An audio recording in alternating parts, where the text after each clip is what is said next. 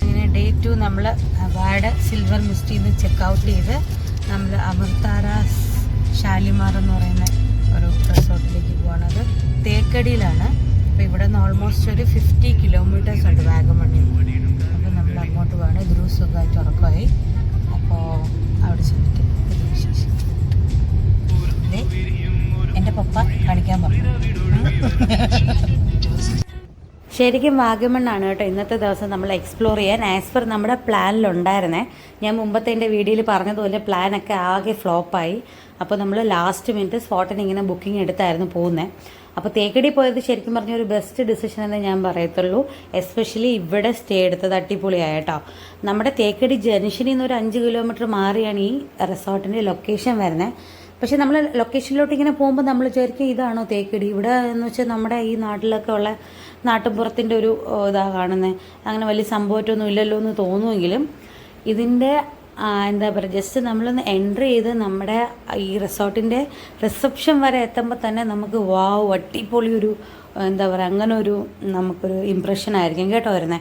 കാര്യം നമ്മൾ യൂഷ്വലി നിൽക്കുന്ന ഒരു സ്റ്റേയിൽ നിന്ന് ഭയങ്കര ഡിഫറെൻ്റ് ആയിട്ട് നേച്ചറുമായിട്ട് കുറച്ചുകൂടെ എന്താ പറയുക ഫ്രണ്ട്ലി ആയിട്ടുള്ളൊരു സ്റ്റേ ആണ്. വണ്ടിയിൽ നിന്ന് കയറിയപ്പോഴേ ധ്രുവ് ഉറക്കമായതുകൊണ്ട് തേക്കടിയിലേക്ക് എത്താനുള്ള ജേർണി നമുക്ക് വലിയ പ്രശ്നമൊന്നും പുള്ളിക്കാരും ഉണ്ടാക്കിയില്ലേ. പിന്നെ അവിടെ എത്തി ഉണർന്നപ്പോഴത്തേക്കും കുറച്ച് അലമ്പുണ്ടായിരുന്നു. പക്ഷേ അവിടുത്തെ സ്റ്റാഫ് അവിടെ ഒരു ഫിഷ് പോണ്ട് ഉണ്ടായിരുന്നു കേട്ടോ. അവിടെ കൊണ്ട് അവൻ്റെ മൂടൊക്കെ സെറ്റാക്കിയൊക്കെ തന്നു. പിന്നെ നമ്മൾ നേരെ നമ്മൾ റൂമിലേക്കാണ് പോകുന്നത്. നമ്മൾ യൂഷ്വലി ഉള്ള എല്ലാ റിസോർട്ട്സിലും പോലെ പല ടൈപ്സ് ഓഫ് റൂംസും ഇവിടെ അവൈലബിൾ ആണ്. അപ്പോൾ നമ്മളെടുത്തേക്കുന്നത് സിംഗിൾ കോട്ടേജ് വിത്ത് ബാൽക്കണിയാണ് കേട്ടോ. ഇല്ലാതെ ഷെയറിങ് കോട്ടേജ് വിത്ത് ബാൽക്കണി ഉണ്ട്. അല്ലാതെ പൂൾ വില്ല എനിക്ക് തോന്നുന്നു അവിടെ ഒരെണ്ണേ ഉള്ളൂ എന്ന് തോന്നുന്നു. പിന്നെ ഉള്ള നോർമൽ റൂംസ് ആണ് വരുന്നത്. അപ്പം എവിടെയാ പൂളില് ചേട്ടന് മസാജ് വേണോ? മസാജ് വേണോ? അതൊന്നും വേണ്ട. എന്നാ റൂമിൽ പോവാ.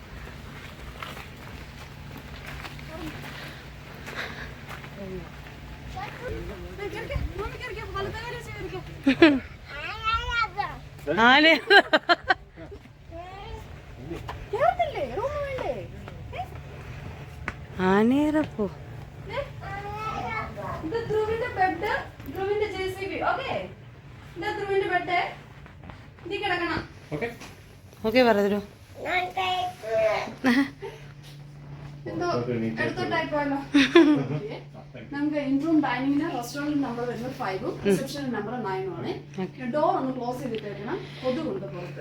മോസ്കിറ്റോ റെപ്പലന്റ് വെച്ചിട്ടുണ്ട്. ആവശ്യമുള്ള ഓണാക്കിയാൽ മതി. പിന്നെ മിനി ബാറിൽ ഇരിക്കുന്ന സ്നാക്സും ഷൂസ് ഇട്ടിട്ട് വരണേ. കാല് വേദന എടുക്കും. ഓക്കെ ധ്രുവ് നിന്റെ ചക്കയടാ 3. നമ്മൾ റൂമിൽ ആദ്യം കയറിയപ്പോൾ തന്നെ ഈ ആയുർവേദ സ്പാ സെൻറ്ററിലൊക്കെ പോകത്തില്ല. അപ്പോൾ ഒരു സ്മെല്ല് വരുമല്ലോ, നല്ലൊരു മണം, അങ്ങനെ ഒരു ഇതായിരുന്നു കേട്ടോ റൂമിൽ. അതെന്താ സംഭവം ഒന്നും പിടിയിട്ടിട്ടില്ല. പിന്നെ റൂംസ് ഒന്നും എയർ കണ്ടീഷൻഡ് അല്ല, ഫാനുണ്ട്.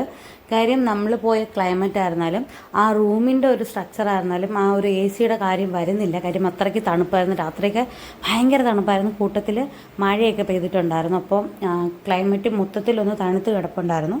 പിന്നെ റൂംസിൻ്റെ കാര്യം പറയുകയാണെങ്കിൽ നല്ല കോസി ബെഡായിരുന്നു.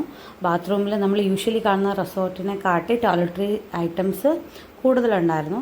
പിന്നെ ഇതിൻ്റെ ഡോറൊക്കെ എന്ന് വെച്ചാൽ നമ്മൾ പഴയ കാലത്തിനെ പോലെ ഇങ്ങനെ നമ്മൾ പൂട്ടും താക്കോലൊക്കെ ഇട്ട് പൂട്ടത്തില്ല, അതേപോലൊരു ഇതൊക്കെ ആയിരുന്നു.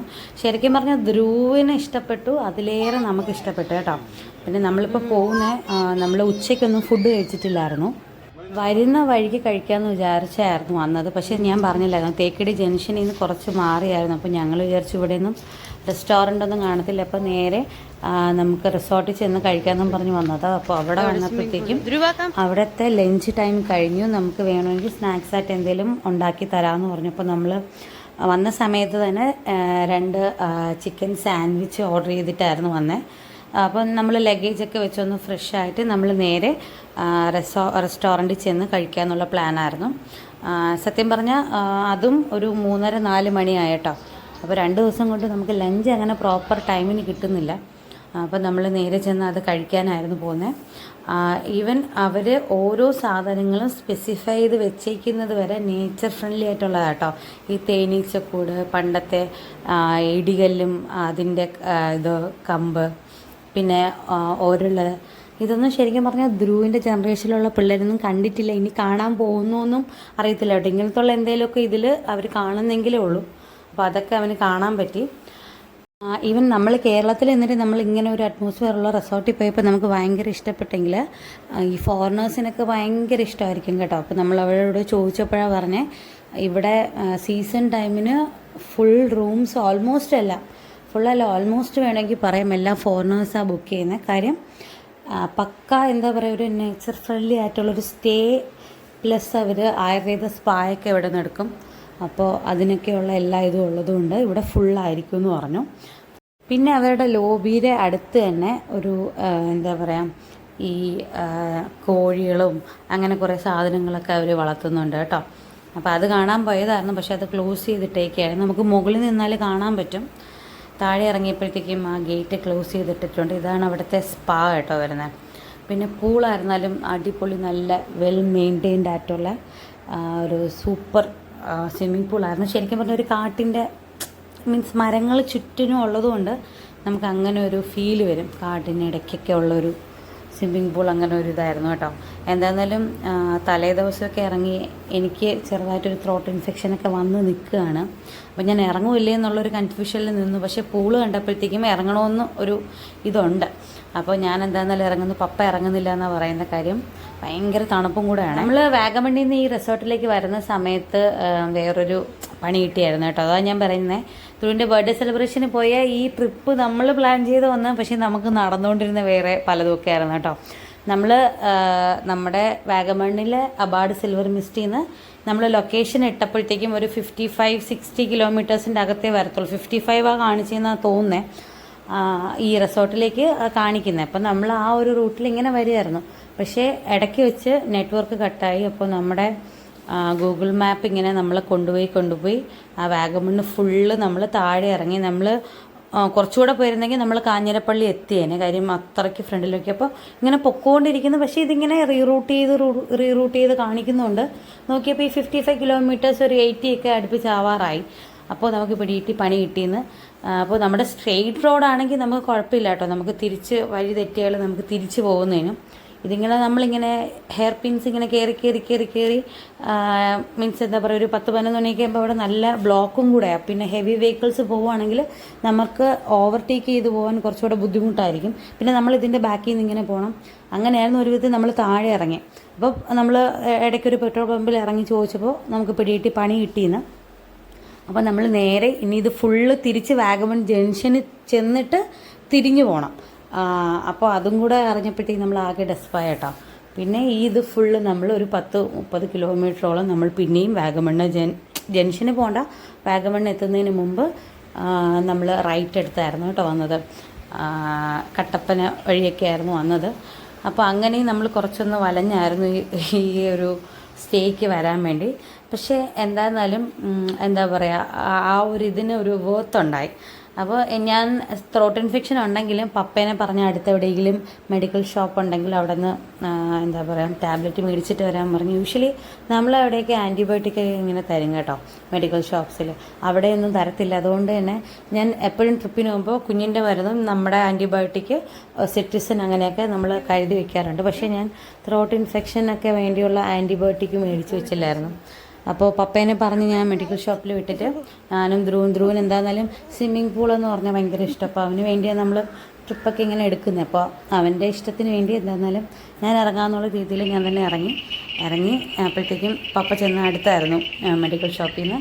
ആൻറ്റിബയോട്ടിക് കിട്ടില്ല, ടാബ്ലറ്റ് കിട്ടിയപ്പോൾ അതൊക്കെ കഴിച്ചായിരുന്നു ഞാൻ ഒന്ന് സെറ്റായതും. പിന്നെ നൈറ്റ് ആയപ്പോഴത്തേക്കും നമ്മൾ നേരത്തെ 7 മണിക്കായിരുന്നു 7-7:30 കേട്ടോ വന്ന് ഡിന്നർ നമ്മൾ ഫസ്റ്റ് തന്നെ നമ്മളായിരുന്നു. കാര്യം ഈവനിങ് നമ്മൾ ലഞ്ചൊന്നും കഴിച്ചിട്ടില്ലായിരുന്നു. ജസ്റ്റ് ഒരു സാൻഡ്വിച്ചും ഒരു ചായയായിരുന്നു കുടിച്ചത്. അപ്പോൾ വിശന്ന് പണ്ടാരം അടങ്ങിയിരിക്കുകയായിരുന്നു. അപ്പോൾ നമ്മൾ നേരത്തെ തന്നെ ഡിന്നർ കഴിക്കാൻ വേണ്ടി പോയി. ആ ഡിന്നർ സെറ്റ് ചെയ്തിരിക്കുന്നത് തന്നെ എന്താ പറയുക മൺചട്ടിയിൽ നമ്മുടെ ഈ മണ്ണിൽ കൊണ്ടുണ്ടാക്കിയ അടുപ്പിലൊക്കെ വെച്ചായിരുന്നു അവർ ബൊഫെ തന്നെ സെറ്റ് ചെയ്തിരുന്നത്. അപ്പോൾ അത്യാവശ്യം നല്ല എന്താ പറയുക ഐറ്റംസ് ഉണ്ടായിരുന്നു. പിന്നെ യൂഷ്വലി ഏത് റിസോർട്ടിലും പോയാലും ഞാൻ അങ്ങനെ കണ്ടിട്ടില്ല. എന്താ പറയുക നെമ്മീൻ റെയറായിട്ടായിരിക്കും കേട്ടോ ഈ ഫിഷ് ഐറ്റംസിൽ അവർ വെക്കുന്നത്.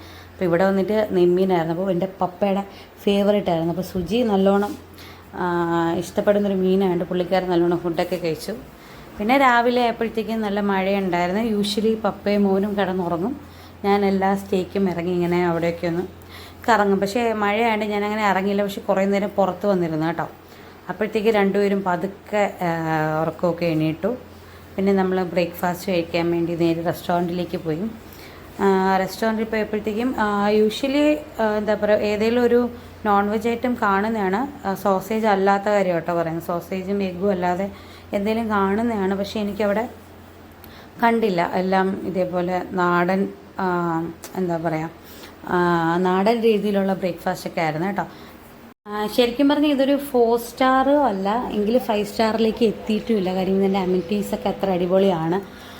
പ്രൈസ് റേഞ്ചിൽ ഇത്തിരി എന്താ പറയുക ഹൈ ആയിട്ട് നിൽക്കുന്ന സ്റ്റേ ആണെങ്കിലും നമ്മളെന്താ പറയുക ഒരു പ്രാവശ്യമൊക്കെ എക്സ്പീരിയൻസ് ചെയ്താൽ ഭയങ്കര അടിപൊളി ഒരു ഇതായിരിക്കും കേട്ടോ. ഈ സെയിം ഇതേപോലെയാണ് തേക്കടിയിലുള്ള ITCയുടെ സ്പൈസ് ഗാർഡൻ എന്ന് പറയുന്ന ഒരു റിസോർട്ടും. പക്ഷേ നമ്മൾ നെക്സ്റ്റ് ടൈം എന്താണെന്നാലും പോവും അവിടെ. കാര്യം അതും ഇതേപോലെ ഒരു അടിപൊളി എക്സ്പീരിയൻസ് ആയിരിക്കും തരുന്നത്. റിവ്യൂസൊക്കെ അങ്ങനെ കണ്ടിട്ടുള്ള ഞാൻ. അപ്പോൾ ബ്രേക്ക്ഫാസ്റ്റൊക്കെ കഴിഞ്ഞിട്ട് നമ്മളിവിടെ നിന്ന് ഇറങ്ങുകയാണ്. നമ്മൾ തേക്കടി തന്നെയാണ് ഇന്ന് ഇവിടെയുള്ള സ്ഥലങ്ങളൊക്കെ കാണാനാണ് പോകാൻ പ്ലാൻ ഇട്ടേക്കുന്നത്. അതിൻ്റെ ഇടയ്ക്ക് എനിക്കൊരു ലിപ്സ്റ്റിക്ക് എൻ്റെ അമ്മായിയമ്മ തന്നായിരുന്നു കേട്ടോ.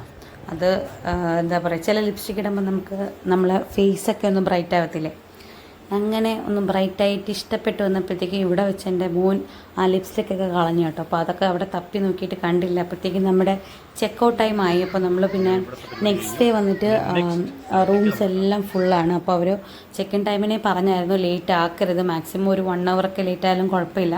കാര്യം അവർക്ക് ക്ലീൻ ചെയ്തിട്ട് അടുത്ത ഗസ്റ്റിനെ എടുക്കാനുള്ളതല്ലേ. അപ്പോൾ നമ്മൾ ലേറ്റ് ആക്കാതെ, കാര്യം നമ്മൾ തേക്കടി തന്നെ ആണല്ലോ നിൽക്കാൻ പോകുന്നത്. അപ്പോൾ നമ്മൾ ചെക്ക് ഔട്ട് ചെയ്തു.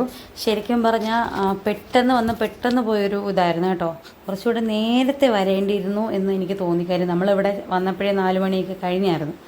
അപ്പോൾ പെട്ടെന്ന് തീർന്നൊരു ഫീലായിരുന്നു. പക്ഷേ എന്താ പറയുക, ഒരു അടിപൊളി റിസോർട്ടാണ്. ഞാൻ നിങ്ങളെല്ലാവരെയും സജസ്റ്റ് ചെയ്യും. തേക്കടി പോവുകയാണെങ്കിൽ നിങ്ങൾക്ക് സ്റ്റേക്കേഷന് പറ്റിയൊരു അടിപൊളി റിസോർട്ടാണ് കേട്ടോ. അപ്പോൾ അടുത്ത വീഡിയോയിൽ തേക്കടിയിൽ നമ്മൾ എവിടെയൊക്കെ പോയി എന്നുള്ള വിശേഷമൊക്കെ പറയാം കേട്ടോ. പുതിയ വീഡിയോയിൽ കാണാം. ബൈ.